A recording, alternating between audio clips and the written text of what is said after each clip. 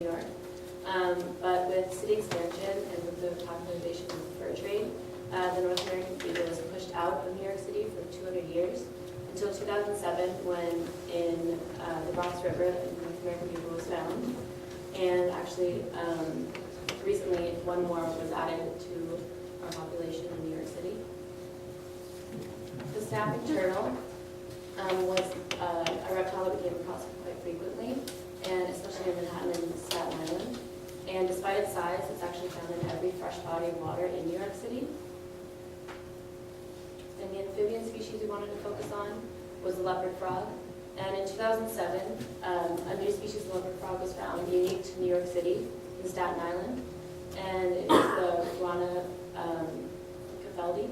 And you can tell its difference because of its different pattern of leopard skin. So another purpose of our data analysis was to observe potential patterns that the data could show. We observed species richness compared to the area of each borough. As you can see here, Queens, which is the largest borough, has the highest species richness.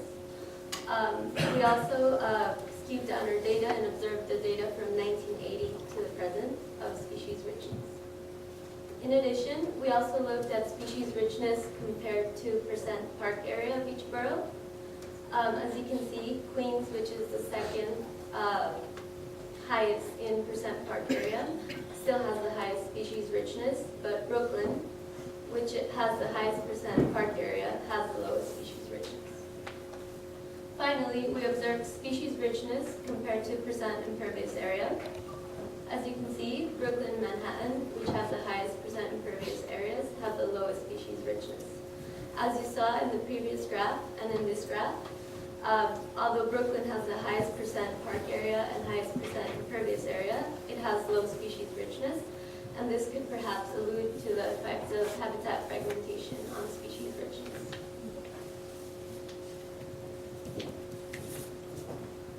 Okay, so it's important to note that our study is the first compilation of species in New York City.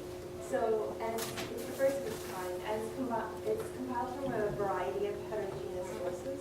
And it's still incomplete. We haven't added the gray literature yet, so there's bound to be some biases. For example, with queens and birds, they have the highest species richness and number of events, as Ryan alluded to. So what could account for this? As Ryan said, it's probably because of Jamaica Bay. Of our references, 13 references were just about birds in Jamaica Bay. That made up about 7% of our references. And these references had an abnormally large number of events, about 890, which was 27% of the total events we had. For fish, we might have had a bias with fishing events. Most of the references were about fishing events, so it might be biased towards fish that are fish for consumption because those are the ones that would be reported. And for mammals, we had most of our events around the close of the 20th century and in the last decade or so. So this might be also a bias of research effort. We had, of our references, 66% of the references of mammals were from the American Museum of Natural History. And if you look at the events from the AMNH over time and the events from mammals over time, they pretty much map onto each other, which shows you that the AMNH had a really big influence on the number of the mammals. And for amphibians and reptiles, you notice that we have very, very few species richness and events. And this might just be because they're not as charismatic to people as mammals or birds are. So they're not reported as much. They might be seen and then not reported.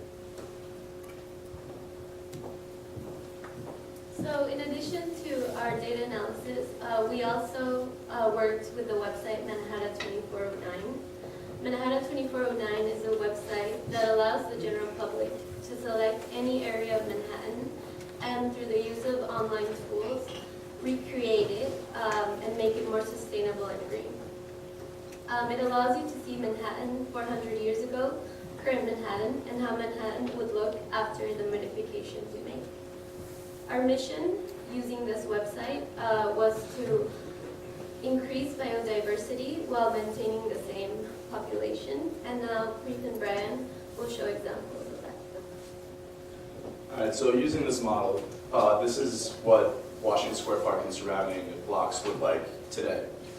Each, as you can see, the park area in the middle, and the surrounding buildings, all different building types are represented by the different colors seen in these square units. And so what we did was we modified this urban landscape to both increase biodiversity without decreasing the human population. So this is the first vision where we opened up some space for vegetable gardens, and as well we placed green rooftops on top of the buildings. I may have knocked out the Silver Center there, but it's okay, we put a vegetable garden there.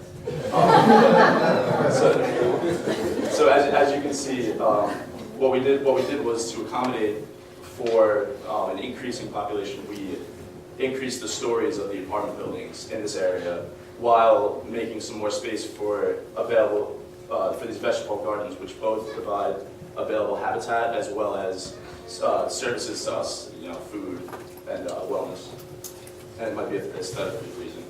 And so as you can see, the website that we use models 4 different metrics. So the hydrology of the area, the carbon output of the area, biodiversity present in the area, and the population of the area.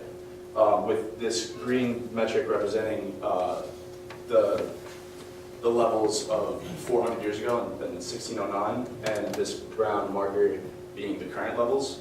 And as you can see, this first representation would potentially increase the biodiversity of Washington Square Park by nearly 100 species, while actually maintaining nearly double the population that's currently there today, which is going to be necessary with increasing trends in urbanization as well as an increasing global population. So this represents another vision of Washington Square Park, perhaps in 2050, and it's unique in its representation of a transition of ecosystems. So if you look in the park right here, on the outsides in dark green, we have a hemlock forest, and that transitions into a hardwood swamp, and that transitions in light blue, a freshwater marsh, and on the side in tans we have meadows, and they're walking trails without all this. And as you can see in this vision, we still have buildings and there's still values of thriving economy and social life in this vision. And again, as similar with Ryan's vision, this vision does increase biodiversity, getting a little bit closer to the 1609 levels. It increases population, and as an added bonus, it gets very close to the carbon levels in 1609. So part of what are we taking away from all this? What we've started to do and have done over the semester is create a comprehensive database. And we've only just started this project, and there's going to be so much more work that needs to be done to accomplish a good picture of what the biodiversity is like and has been like over the past 600 years. And by doing this, we've created a baseline, and this will allow us to identify certain events or things that have happened in history that have dramatically changed the biodiversity in New York City.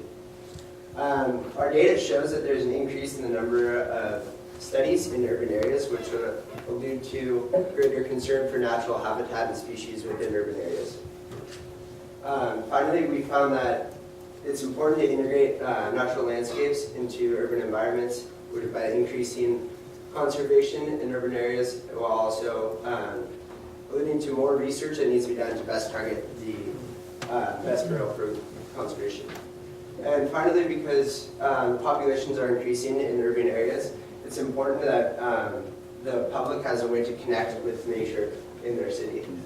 And finally, just because a place is considered urban does not mean it's unnatural. And there's a tremendous amount of diversity within New York City and other urban areas. We'd like to thank Eric, Kim, and Mario for all their help with this project. And thank you.